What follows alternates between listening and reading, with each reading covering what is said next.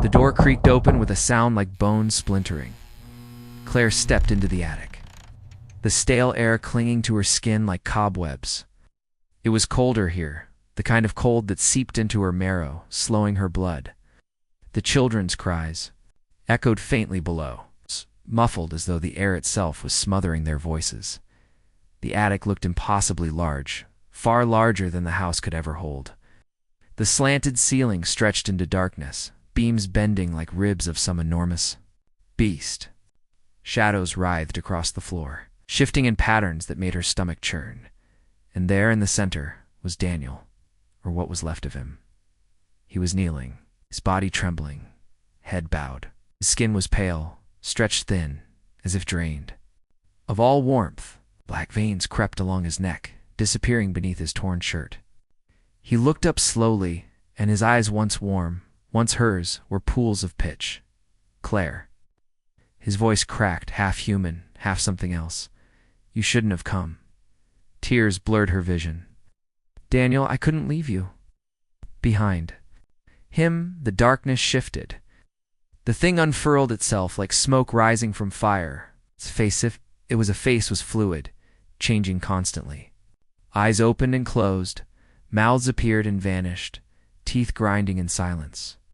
Its claws gripped Daniel's shoulders, as though it were perched there, using him as a puppet. "You brought them," it hissed, though its mouth never moved. The sound slid directly into her skull. "Good, the family must be whole."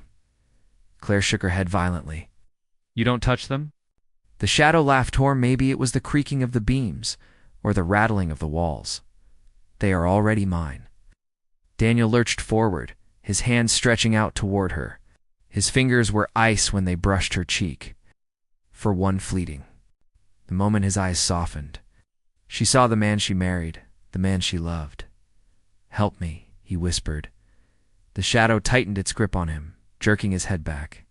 His mouth stretched into a scream that wasn't his own, black smoke pouring out. The attic trembled, the knocking exploding from every wall at once. Deafening knock knock. Claire staggered, clutching her ears. "What do you want?" she screamed at the thing. Its shifting eyes locked onto her. Many mouths opened. In unison, "You." Shadows surged forward like a tide, crashing over Daniel, rushing toward her. She stumbled back, heart hammering. Her hand brushing against Emily's sketchbook, she hadn't realized she'd carried it up the stairs. It flew open on its own. The pages flipped violently until one image glared up at her, herself, standing. In the attic, holding the book open as light poured out of it, Claire gasped. The pages glowed faintly, warm against her hands. The shadows recoiled slightly, hissing. Daniel's voice broke through the noise, ragged but his own. "Claire, it's afraid." Her grip tightened on the sketchbook. For the first time since this nightmare began, she realized this wasn't just a curse. It was a weapon, and she was holding it. The attic shook as the shadows surged again, crashing against Claire like a black tide. She stumbled back, clutching the sketchbook to her chest. The pages vibrated in her hands, heat searing through the paper, as if the book itself was alive. Daniel's body convulsed, torn between the thing's grip and his own desperate will. His blackened veins pulsed like they carried liquid fire. "Claire, don't stop. It knows you can end it." The voices in the dark grew louder, overlapping whispers, screams, laughter, all pouring into her head until she thought her skull would crack. "Give us the children, give us the mother, complete the house." Claire's breath came in ragged gasps. She forced herself to open the sketchbook again. The page glowed brighter now, almost blinding, showed her hand, holding a pen, sketching a door. Writing beneath it, in shaky letters, was written, "The Way Out." Her trembling fingers reached for the pen clipped to the book's spine. As soon as she touched it, the attic roared. Shadows' mouths stretched wide, shrieking in unison. Daniel staggered forward, fighting the thing's grip. His voice was his again, weak, but his. "Draw it, Claire. Don't listen to it. Just draw." Her hand moved almost on its own, the pen scratching furiously against the glowing page. A door took shape, rough lines that straightened into form. As the last stroke was drawn, reality itself seemed to shudder. A rectangle of light cracked open in the attic wall. The shadows recoiled, writhing in fury. The thing's voice shrieked. Inside her skull, "You cannot leave. You belong to me." The attic floorboards buckled. Splinters shot upward like knives. The children screamed below. Claire screamed back, her voice breaking. "Run, Emily! Ryan! Follow the light!" Tiny footsteps pounded the stairs, and then they were there, Emily clutching Ryan's hand, both wide-eyed and pale. The drawn door bathed them, golden and warm. The shadow hurled itself toward them. A massive clawed hand erupted from its swirling mass, slamming the floor between Claire and her children. No. Claire shoved the sketchbook forward, the glow exploding outward in a wave. The shadow shrieked, smoke peeling from its body as if burned. The clawed hand recoiled, disintegrating into ash dot. Daniel stumbled free for an instant, collapsing to his knees. He looked at her with eyes that flickered between black and brown. "Take them now." Tears blurred her sight. "Can't leave you." "You have to," he said, a faint smile breaking through the torment. "That's how you save me." The shadow screamed again, regathering, its body reforming, larger, hungrier. Emily's voice was small, but steady. "Mommy, the book wants you to choose." She pointed to the page. Claire looked down. The sketchbook showed 2 doors now. One led to the light, her children's small figures already sketched walking through. The other door showed Daniel alone, chained, waiting. The words beneath twisted together in jagged ink. "You can save the children. Or you can save him." Not both. Claire's blood turned to ice. The attic shook violently. The shadow lunged, its mouths opening wide, the sound of 1,000 hungers howling at once. Her children clung to her legs. Daniel's broken voice whispered her name, and the sketchbook glowed, demanding her choice. Claire's scream tore from her throat before she even knew it, and she fumbled for the door handle. The car felt alive, every inch of metal vibrating with the sound of that endless, patient knocking. Ryan began to wail, and Emily clutched her. Sketchbook like a shield, her face pale as milk. The locks clicked shut on their own. Every handle resisted her pull. Claire slammed her shoulder into the driver's side door, panic thundering in her chest, but the door would not move. The knocking grew louder, faster, until it was no longer just a sound. It was a rhythm. A heartbeat knock, dash knock, dash knock. It synced with her own pulse. Pounding in her skull, Emily began to scribble furiously, pencil cutting across the page in frantic strokes. Claire wanted to stop her God. She wanted to rip that cursed book from her hands, but then she saw what Emily was drawing. A key. The lines were shaky, desperate, but clear. A long, crooked key. Emily looked up at her mother with tears streaking her face. "It's telling me how to open the door." "We can get out if we use it." Claire blinked, confusion warring with terror. "But sweetheart, where's the key?" Emily's hand trembled as she pointed to the glove compartment. Claire's blood froze. She had never opened it. The car wasn't even hers. It was borrowed from the gas station mechanic after theirs died. With shaking hands, she yanked it open. Inside, resting in the dust and darkness, was the exact same key Emily had drawn. Long, crooked, rusted at the teeth. The knocking stopped. The silence was worse. Claire's hand hovered over the key. Every instinct screamed not to touch it, but Ryan clutched her tighter, sobbing into her shirt. Emily's voice was so small, so fragile. "Please, Mommy, it's the only way." She picked it up. The metal burned her palm, sending a shiver racing up her arm, but she jammed it into the driver's side lock. With a slow, grinding twist, the mechanism clicked. The door swung open on its own. Fresh air rushed in. Claire didn't hesitate. She pulled both children out, stumbling onto the gravel, the key clattering to the ground behind them. She shoved it away with her foot, desperate to put distance between them and that car. But when she looked up, her stomach dropped. They weren't at the rest stop anymore. The world around them was wrong. The sky was too dark, the trees twisted into unnatural shapes, their branches curling like claws.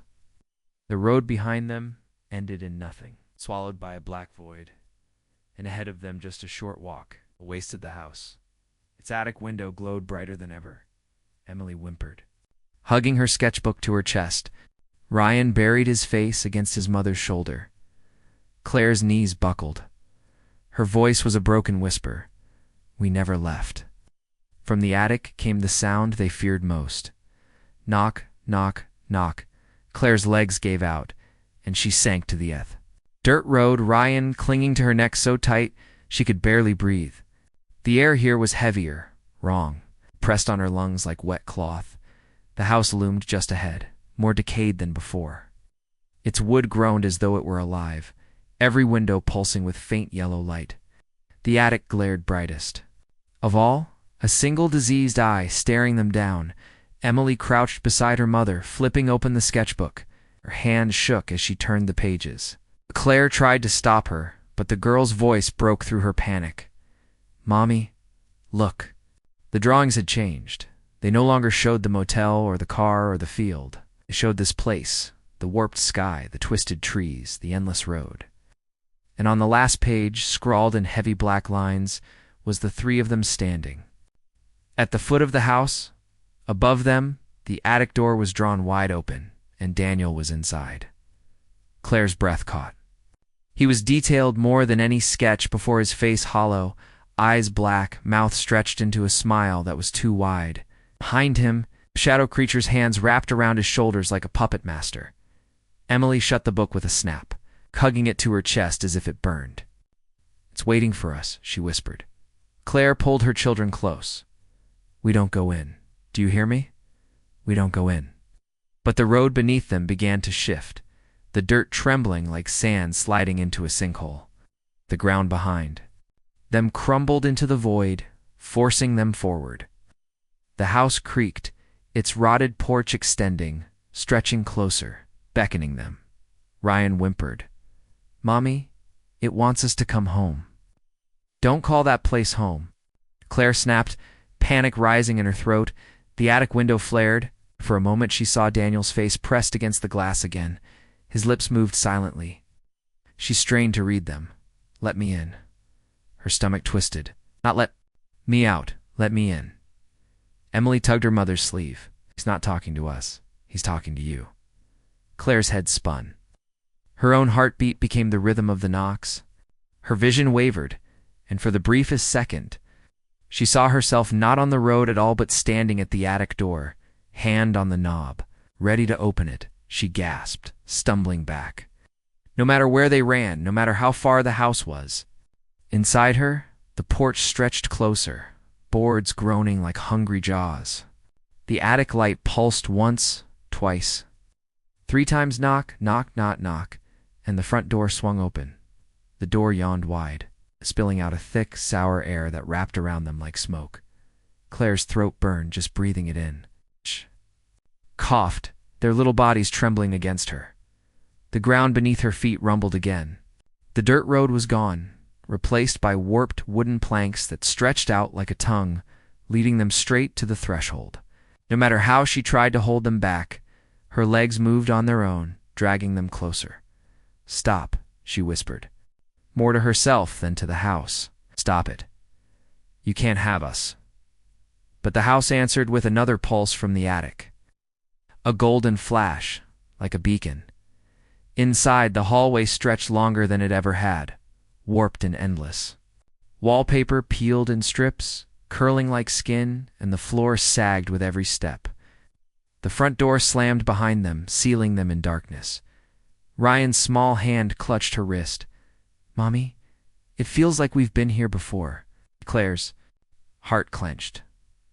That's because we have. A soft tapping echoed through the hall. Not the pounding from before, softer, like fingernails brushing the walls. Following them, Emily flipped open her sketchbook with trembling hands. The page was already filled. She hadn't drawn it. It was just there. It showed the 3 of them. Walking down this same hallway, at the very end of the page in black smears, stood Daniel. Claire's breath stuttered, and then she heard it. His voice. Claire.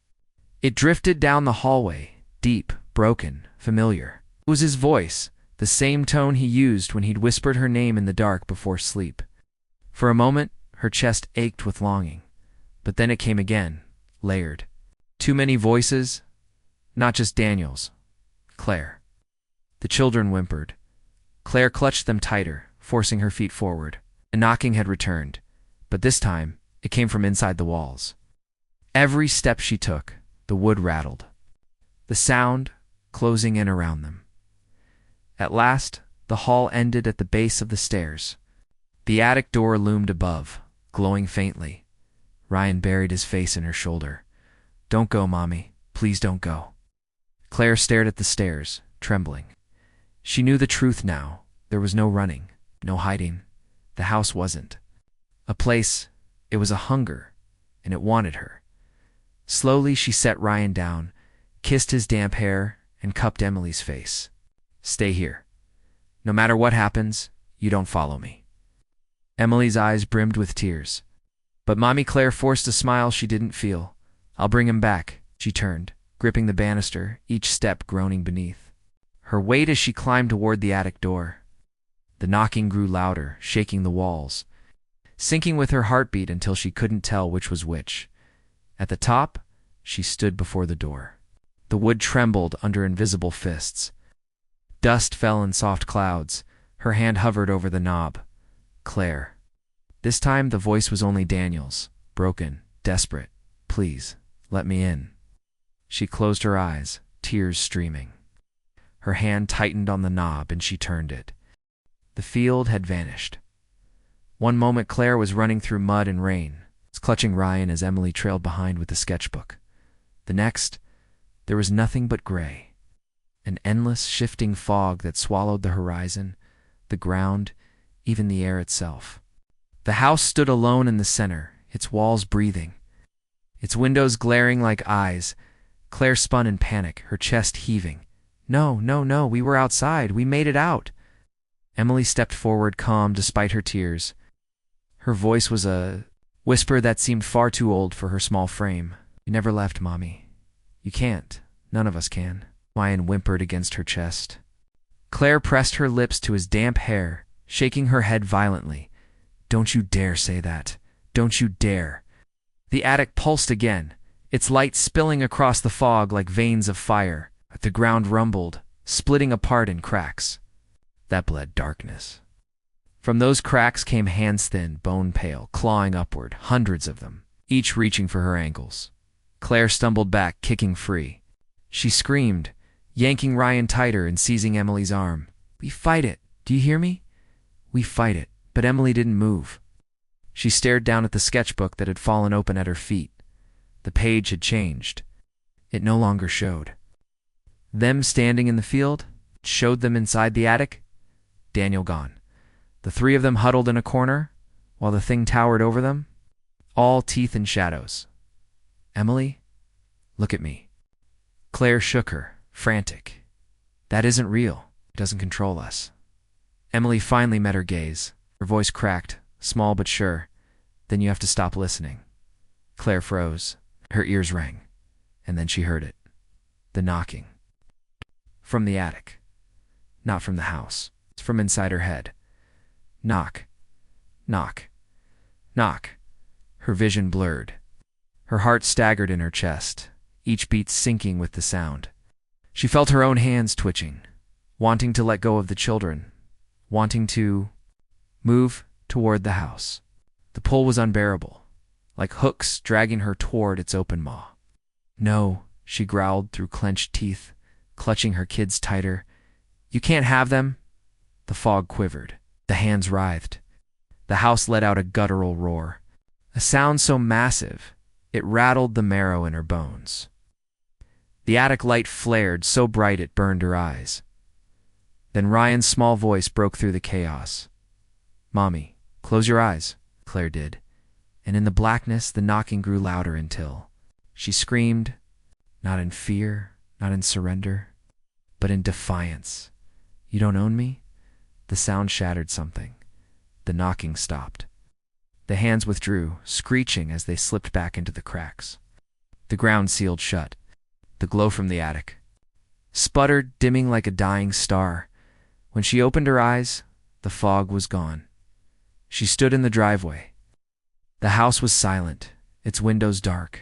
Behind her, the storm clouds broke, and pale moonlight washed over the field. Claire collapsed to her knees, sobbing, clutching both children. For the first time in what felt like forever, there was no sound. No knocking, no whispers, nothing but. As Emily picked up her sketchbook, her small fingers trembling, Claire saw the last page. It showed the three of them walking away under the moonlight, and in the attic window, it's almost hidden in shadow, a faint outline of Daniel's face pressed against the glass, smiling days later. Claire still couldn't sleep. Every time she closed her eyes, she saw Daniel's face in the attic window, smiling that strange, hollow smile. She told herself it was only a trick of her mind, that her memory was warped by fear. But deep down, she knew. He was still in there. They had left the house behind, driving until their car coughed its last breath at a gas station 2 towns away. Claire didn't look back. She couldn't. The children slept most of the ride, their bodies limp with exhaustion. But Emily clutched her sketchbook tight the whole way, as if it were a lifeline. At the motel where they stayed, Claire pulled the curtains shut and turned every light on. She checked the locks again and again, even shoved a chair under the door handle. For the first time in days, she let herself believe they were safe. But safety is fragile. That first night, as she drifted into a restless half-sleep, she heard it again. Knock. Her eyes flew open. The motel was silent. The children were asleep, their breaths steady and soft. She told herself it was nothing. Pipes, wood creaking. Her mind making noise where there was none. Then it came again. Knock. This time, it's from the wall behind the bed. Her throat tightened. She sat up slowly, staring at the faded wallpaper, every nerve in her body buzzing. She pressed a hand over Ryan's chest, then Emily's, reassuring herself they were still breathing, still here. Mom? Emily's small voice drifted from the other bed. She was awake, sitting upright, eyes wide in the dark. You hear it too, Claire whispered. Emily nodded. Then slowly, she lifted her sketchbook. Her fingers trembled as she opened it to the newest page. It wasn't blank. It showed their motel room, the 2 beds, the little lamp on the nightstand, the cheap curtains, and on the wall behind Claire's bed drawn in thick black strokes was the outline of a door. Claire's stomach dropped. There was no attic in this place, no hidden stairway, no old wood waiting to split open, but the knocking was already inside the walls, and it had followed them. Claire didn't sleep again that night. She sat at the edge of the motel bed with Ryan curled in her lap listening. The knocking never stopped, just grew quieter, more patient. It came from the wall, then the floor, then the ceiling, as though something was circling the room, looking for a way inside. By morning, her nerves were frayed raw. She checked out quickly, shoving bags into the car, never daring to meet the motel clerk's eyes. She half expected him to ask about the noise, but he only slid a receipt across the counter, his face pale, his eyes tired. Maybe he heard it too. They drove until the highway blurred into farmland. Finally, at a rest stop, Claire pulled the car into the shade of an old oak tree. Her hands shook so badly she could barely hold the steering wheel. We can't just keep running, she whispered. Emily sat quietly in the back, sketchbook open across her knees. She was drawing again faster than ever, the pencil scratching across the paper. When Claire glanced at it in the rearview mirror, her blood turned cold. It wasn't the motel this time. It wasn't the house. It was the car, the 3 of them. Trapped inside, with black hands pressing against every window, Claire slammed the brakes. Stop drawing that. She snapped, twisting around, her voice breaking. Stop letting it in. Emily's lip trembled, her eyes filling with tears. I'm not letting it in, Mommy, she whispered. It's showing me what's already there. Before Claire could answer, Ryan lifted his head from her lap, rubbing his eyes. His small voice was drowsy, innocent. Mommy, someone's outside. Claire froze. She turned her head slowly toward the window. In the glass, her reflection stared. Back except it wasn't hers. The face was too pale. The mouth was too wide. The eyes. Too many, and they were all smiling. The knocking began again, this time from the inside of the car. The storm rolled in before midnight, swallowing the house in a sea of black clouds and shrieking wind. The walls shuddered, and the old glass panes rattled, as if the storm itself were trying to break inside. Claire paced the living room with Ryan clinging to her side, while Emily sat stiffly in a chair, her sketchbook open in her lap. She hadn't moved in hours. Her pencil scraped slowly, endlessly, across the page. Daniel was nowhere to be found. Claire searched room by room until she heard the slow creak of the attic stairs above. Her blood went cold. She rushed up, her bare feet pounding the steps, and found him halfway to the attic door, the key trembling in his hand. His face was pale, lips moving in whispers she couldn't hear. "Daniel," she cried, grabbing his arm. He turned his head slowly, and for a moment his eyes looked like his own again. But then they clouded, dark and distant, as though something else was looking out through them. His voice was not his own when he said, "It's time." The grandfather clock downstairs began to toll. 3 slow, booming chimes. 3:07. The first knock shook the attic door so hard the frame groaned. Dust rained down from the ceiling. And another, more violent rattling the hinges. The third was deafening, like a fist made of thunder. The wood split slightly down. "The middle," Ryan screamed. Emily lifted her face from her sketchbook, her eyes glassy and strange. "He's coming," she whispered, a smile stretching across her lips that wasn't hers. Claire shoved Daniel back, snatching the key from his hand.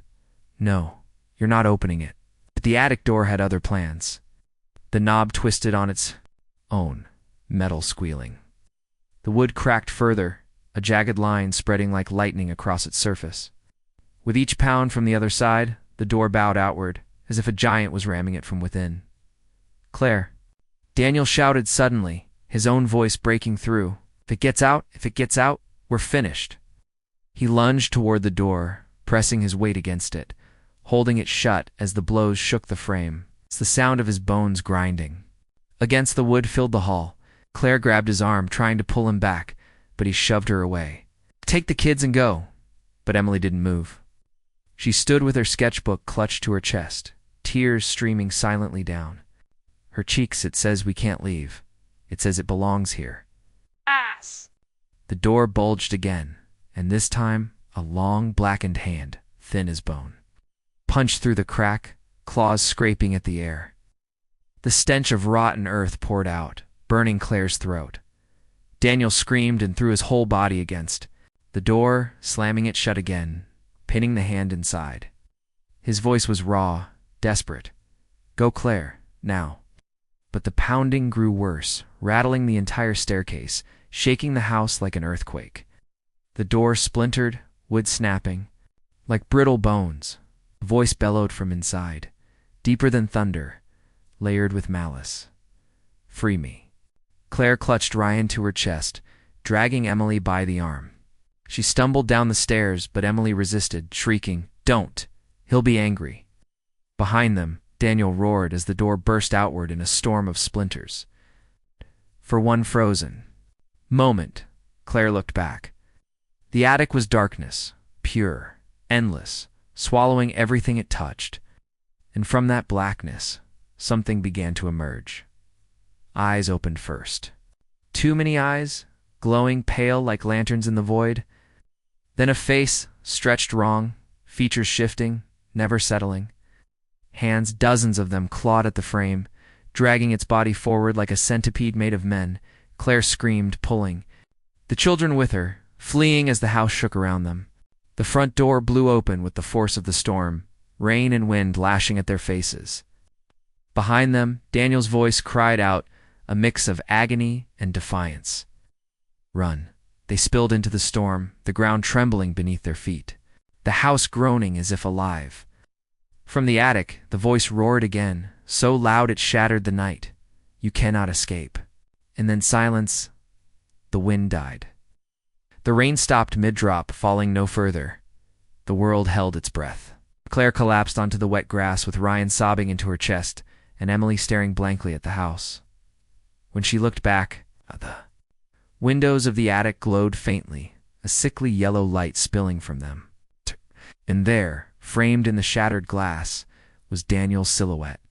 His face pressed against the window, his hands raised as though clawing to get out, but the thing standing behind him was larger and smiling. Rain pooled at Claire's knees as she tried to stand, but her body refused to move. Her breath came in.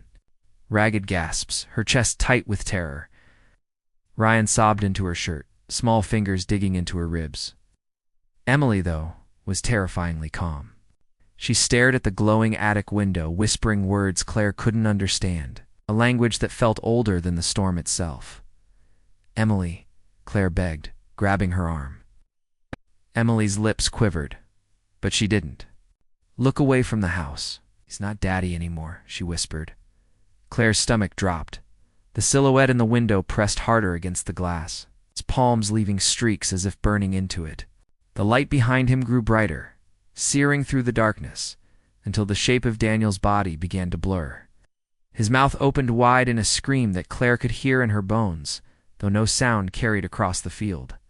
The thing behind him leaned closer, its grin widening, eyes flashing like sparks from hell.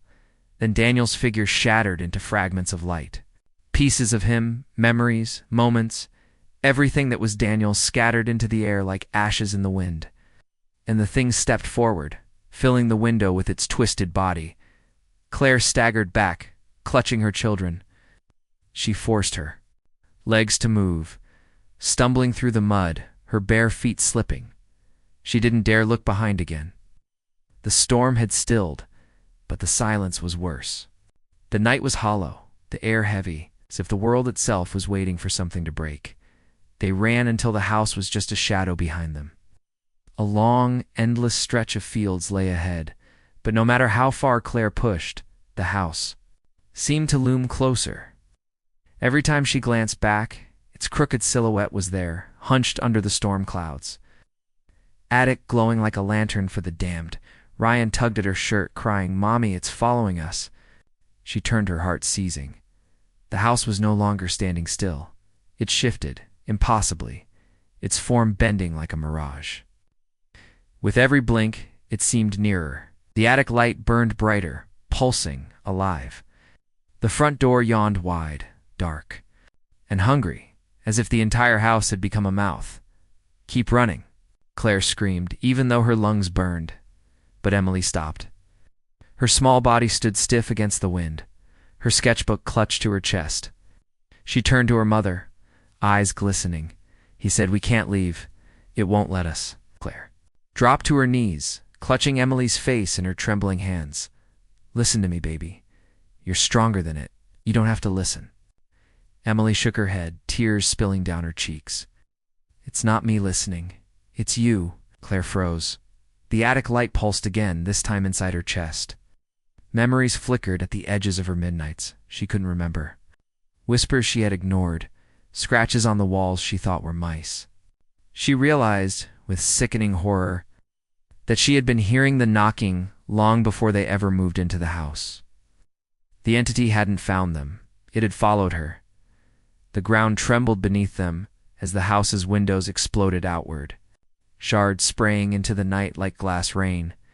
A roar, guttural and endless, split the silence. The attic door was gone now. There was nothing holding it back. Claire pulled Ryan close, screaming at Emily to run, but her daughter stood frozen, the sketchbook falling open in her hands. On the page was a drawing of the three of them standing in the field. Behind them, towering, was the house drawn with claws, teeth, and eyes, and the faces of her family were already fading from the page. Claire realized too late what the story had always been. They weren't escaping. They were being written. Daniel started talking less and less as the days went on. He sat for long stretches in the living room, staring at the ceiling as if he could hear something the others couldn't. Claire caught him once, in the early hours of the morning, standing at the foot of the attic stairs with the key in his hand. His eyes were glassy, his lips moving as though whispering to someone on the other side of the door. When she touched his shoulder, he jolted violently, almost striking her, for stumbling back and muttering, "I wasn't going to open it." But she saw the truth in his trembling hands. Emily was no better. Her drawings now filled entire pages with black, layer upon layer of dark pencil pressed so hard the paper nearly tore. Sometimes she didn't remember making them. Once, Claire found her daughter crouched on the floor, drawing furiously in the dim light of dawn, her eyes blank, hand moving too quickly, as though something guided it. The picture was of their family, her Daniel, Ryan, and herself standing before the attic door. The figure behind them loomed impossibly large, and Emily had scrawled the words, "It only needs one." Ryan had stopped speaking altogether at times, retreating into long silences.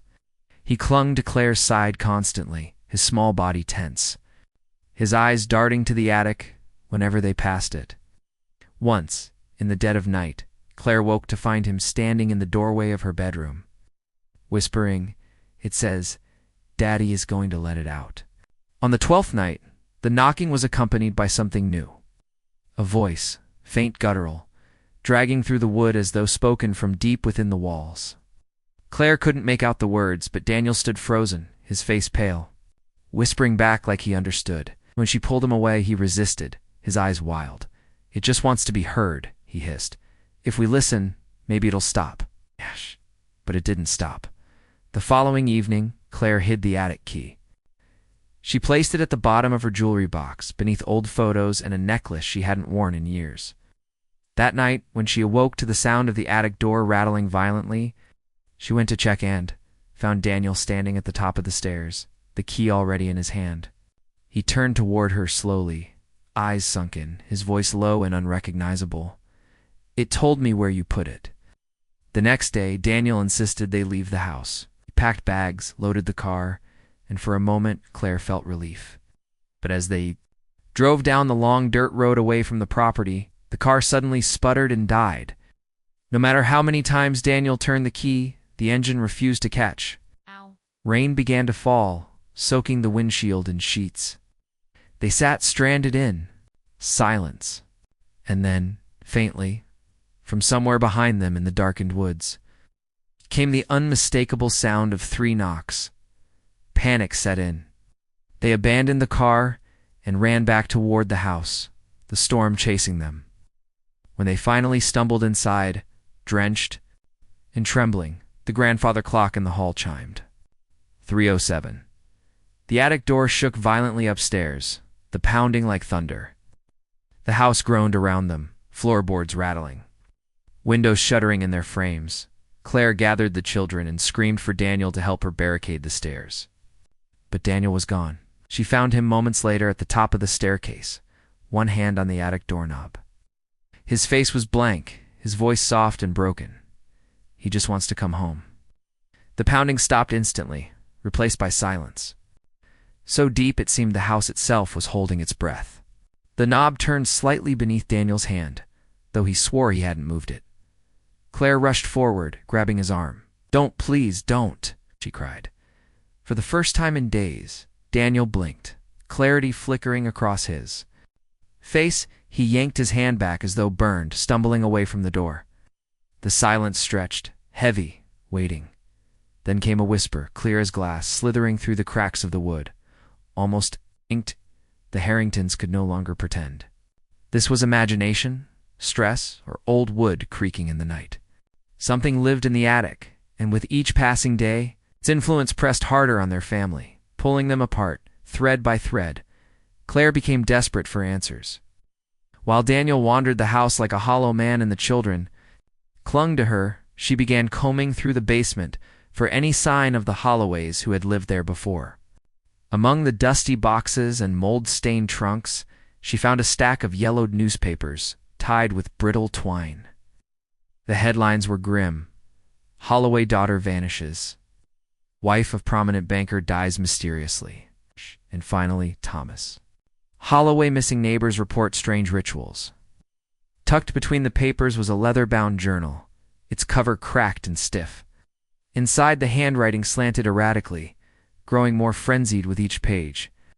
At first it was a man, grieving, mourning his wife, lamenting his daughter's disappearance. But as the entries continued, they grew darker. Holloway spoke of voices in the walls, of knocking at the door at the appointed hour. He wrote that at 3 minutes past 3, the veil thinned. That was when it came knocking, begging to be freed.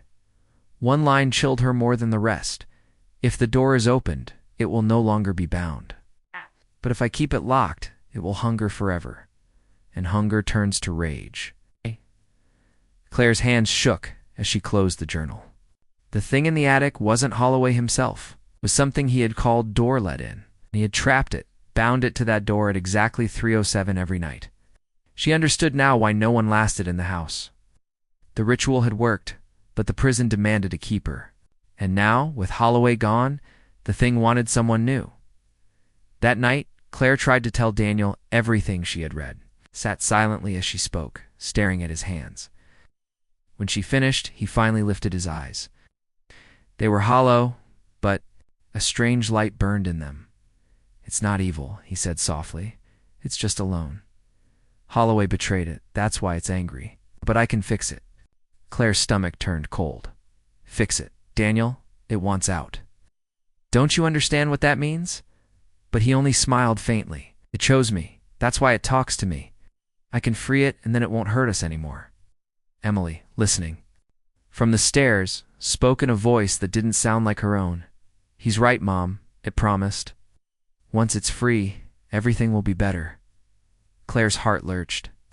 "Emily, no, don't listen," but Emily's eyes were glassy, her little hand clutching her sketchbook like a holy relic. She opened it and showed another drawing. The attic door flung wide, her father standing beside it, with the figure looming just behind him. Above it, in jagged letters, Emily had written, "The Keeper." That night, Claire didn't sleep. She Sat awake, clutching both children while Daniel paced the hallway upstairs. At 3:07, the knocking came, thunderous and relentless. But this time, a voice followed it. Clear, male, mocking, "You cannot keep me here forever." Daniel stopped pacing. Slowly, deliberately, he turned toward the attic stairs. Claire leapt up, blocking his path. "No, don't you dare," Daniel's voice dropped to a whisper. The attic door rattled violently, the pounding shaking the very walls. Dust rained from the ceiling. Ryan whimpered, clutching Claire's leg. Emily stood silently, her eyes locked on the door, her lips moving as though reciting words only she could hear. Claire grabbed Daniel's arm with all her strength. "You open that door, and we're all lost." But Daniel only stared at her, his face unreadable. The house trembled around them, the whispers rising like a storm. And Claire realized with dawning horror that her husband might already be more theirs than hers. And above them, from the attic, came a final word, low, guttural, dripping with hunger. "Tonight." The woman leaned closer. "That house has a history. Families don't stay there long. The last people 5-6 years ago left in the middle of the night. Before them, well, there were rumors. People said they heard things, saw things. They say no one should live there after dark." Claire pressed for more, but the woman only shook her head, muttering something about unfinished business and things that should stay buried. She refused to say more. When Claire returned home, she tried to keep her voice calm as she told Daniel what she had learned. He scoffed at first, calling it local superstition, but his laughter didn't reach his eyes. That night, when the knocking came again, harder, faster, as though something was furious, it was Daniel who paced the floor. Running his hands through his hair, Emily began drawing in her sketchbook obsessively. Page after page filled with dark scribbles of the attic door. One picture showed a figure standing behind it, tall and faceless, with hands stretched out as if pressing against the wood. She refused to explain when Claire asked, only whispering, "It wants us to let it out." The family grew more restless with each passing night. Sleep deprivation set in. Claire began hearing whispers in the middle of the day, faint voices calling her name from the ceiling. Ryan grew quieter, clinging to his mother, asking not to be left alone. Daniel started locking the attic door every night before bed, though each morning it would be unlocked again, with the key still in his pocket. One night, after the pounding had shaken the whole house, Claire gathered the courage to press her ear against the ceiling directly beneath the attic, She closed her eyes, heart pounding. For a long moment, there was silence. Then, very faintly, she heard breathing, and beneath that breathing, a voice so soft, she almost thought she imagined it. Mian. The Harringtons were unraveling. Each day became a battle against exhaustion, each night a gauntlet of terror. The knocking had become part of their lives, something they dreaded but could not escape. It was no longer just 3 polite raps on the attic door. Sometimes it dragged, a long scraping sound as though claws dragged across the wood. Other times it came as a furious pounding, shaking the entire upper floor until dust fell from the ceiling. Claire no longer pretended to believe Daniel's rational explanations. She saw the way his hands trembled when he checked the locks at night, the way his eyes darted to the ceiling whenever the house groaned. He had stopped shaving, stopped sleeping, and often stared blankly at the walls. As though waiting for something to burst through them, Emily had grown pale and withdrawn. She barely spoke at the dinner table, her sketchbook filled with darker drawings, each day figures with hollow eyes, twisted staircases leading nowhere, hands pressing through walls. When Claire begged her to stop, Emily whispered, "If I don't draw it, it gets closer." Ryan had begun sleepwalking. Twice Claire found him at the bottom of the attic stairs, standing barefoot in the cold hallway, his small hands reaching for the doorknob.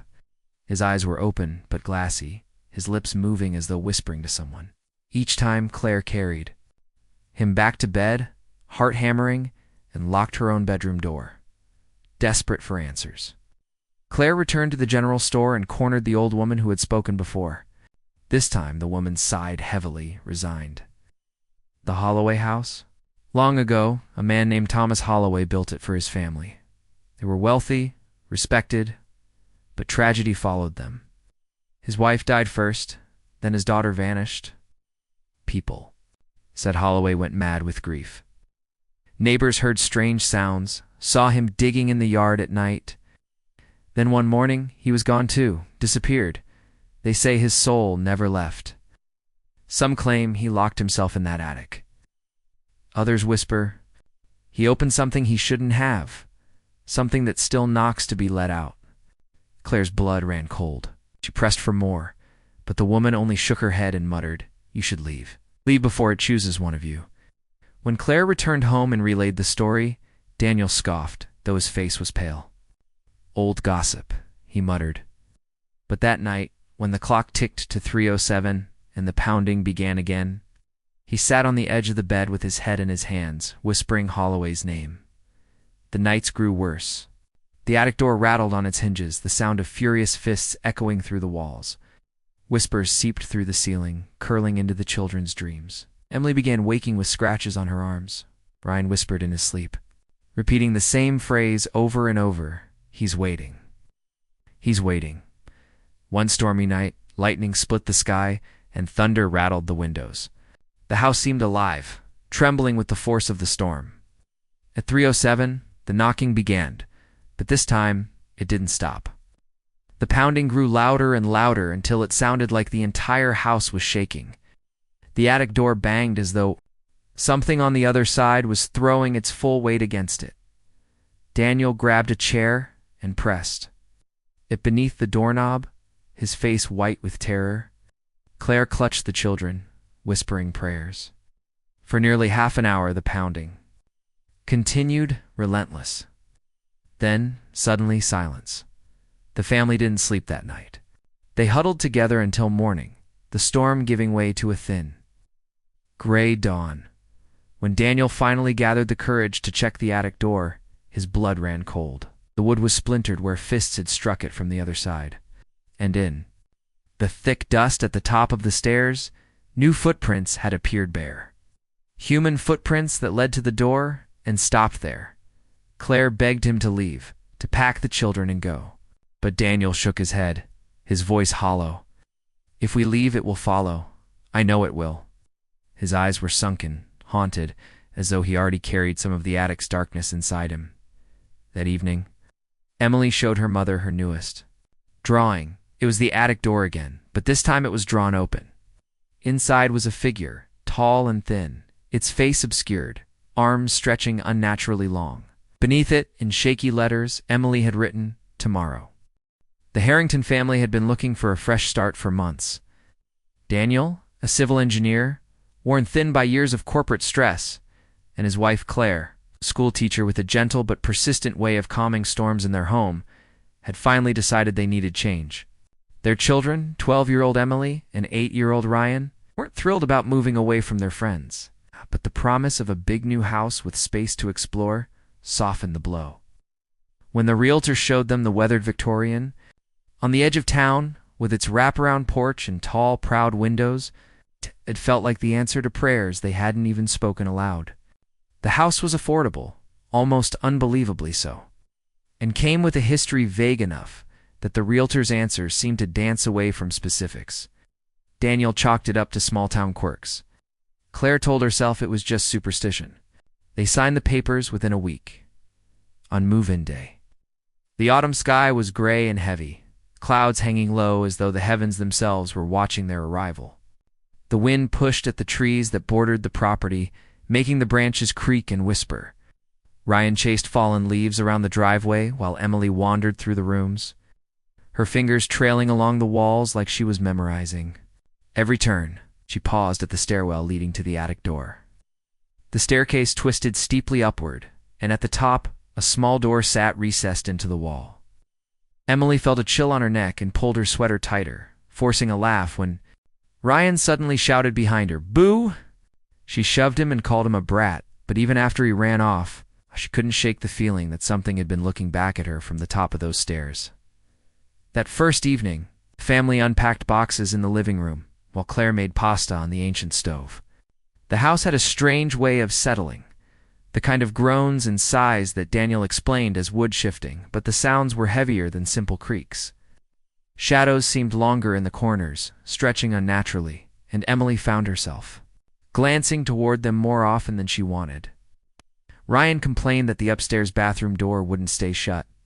Daniel promised to fix it, but when he tried, the door closed perfectly fine, as though it had never been loose at all. By bedtime, everyone was exhausted. The storm outside had thickened, rain pattering against the glass while the wind rattled. The shutters. Claire tucked Ryan in, kissing his forehead, while Emily curled under her covers with her sketchbook. Daniel, bone-tired from hauling furniture, fell asleep almost immediately. The clock ticked steadily, and for a while, the only sounds were the storm and the rhythmic breathing of a house, learning the weight of its new family.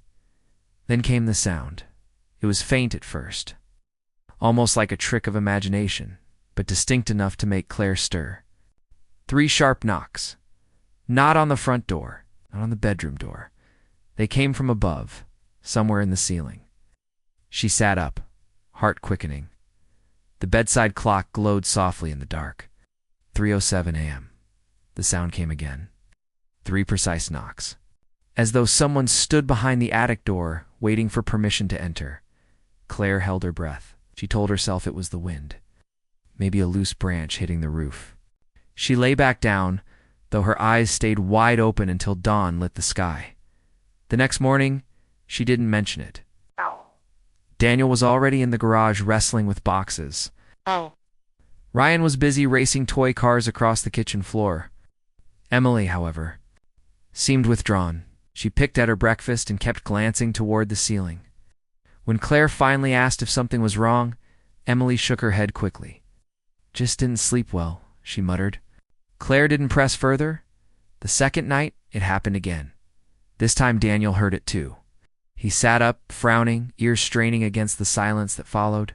The clock again glowed 3:07. "Probably pipes," he whispered, though the uncertainty in his voice betrayed him. Claire clutched the sheets tighter. Neither of them went back to sleep easily. By the third night, the knocks came louder, deliberate, like knuckles rapping wood just on the other side of the attic door.